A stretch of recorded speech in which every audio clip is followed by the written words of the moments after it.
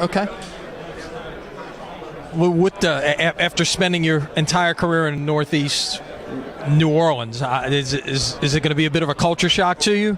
No, I've always loved this city, and as I said, I have a number of great friends down here, and this is going to be a wonderful, wonderful place for us to be.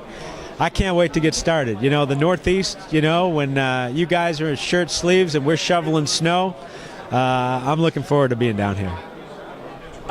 You talk about this stadium, and it's, you know, it's a stadium that has stood the test of time for 2 decades, but it does need some improvements. You talked about making improvements. What are the first things you want to see happen at this ballpark? Well, I think the first things you can do, you know, as you walk through, the aesthetics of the ballpark can be enhanced. I think small little touches, you know, honoring the history of the ballpark, a little bit of paint here and there, you know, the murals of the players, the tributes to the players and the teams that have come before us. I think fans want to see the history. They want to be connected to the history, and I think those moments are where we'll start. And then from that, I think from the parking lot to the front door to your seat, do something every year to improve that experience, that quality of the experience, whether it's in the game day presentation with music and sound systems, whether it's on field with fun things for kids and mascots. It's the little touches that go a long way. You don't need to do massive improvements. You just do small, thoughtful things, and I think fans appreciate the effort. And that's what we'll do. You made the statement at a press conference about fans giving you one shot to come out here and you will get them back. How exactly do you go about that in the whole customer service experience? Well, you know, it's again, you reach out to the community and you make the calls. You invite groups in, youth groups, baseball teams, schools, community groups, churches, and you let people know that this is your ballpark. This is your town. Let's be proud of this. Let's get in this together, and let's, you know, it's not a big secret. People want to be respected. They want to have an experience you can share with your kids and your grandfolks and your parents.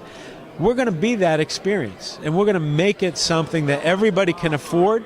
Everybody's going to want to come out, and I think at the end of the day, when you come once, you're going to be back. It's as simple as that, and we're going to do a good job letting fans know how much we want them out, and then from that, we're going to do when they get here, they're going to see how earnest we are and how sincere we are about making this experience first class for them. You come from a regional market that's full of major league teams. Obviously, you've got that competition here with the Saints and with the Pelicans, who are your next-door neighbors in terms of where their practice facilities are located. What did you learn in your time as major league sports become even more and more popular with television and things like that? How to overcome that and create your niche in the market? Well, I think it all starts with affordability. You know, we come from a market where you have 4 major league teams within an hour's drive and one 12 miles away. And I think it's great when you come to a game in our market and the NFL team players are showing up with their families, or the NBA players are showing up with their families. They're participating in your events. They're participating in your charity golf courses. And I think, like we said, we're in an opportunity here to include everybody, to be passionate about what we do. And from the experience part, you know, you might be able to go to a Saints game every season, right? You'll be able to go to a number of Zephyrs games because it's not going to put a sting on your pocketbook. You're going to be able to afford it. The concessions are going to be great. They're going to be tasty. The hot dogs are going to be hot. The soda's going to be cold, and you're going to have a great time.